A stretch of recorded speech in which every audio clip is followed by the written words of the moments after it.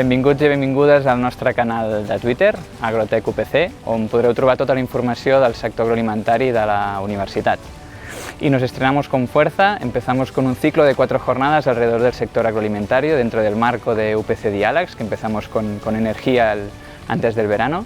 La primera será el jueves 17 a las 10 de la mañana a través de nuestro canal de YouTube y tratará sobre el cannabis. Esta primera jornada intentaremos descifrar los enigmas que hay detrás del cáñamo industrial y todas las problemáticas y también ventajas que suscita este cultivo.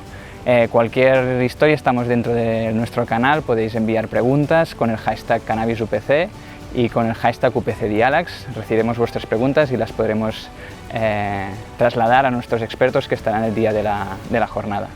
Nada más, nos vemos el jueves.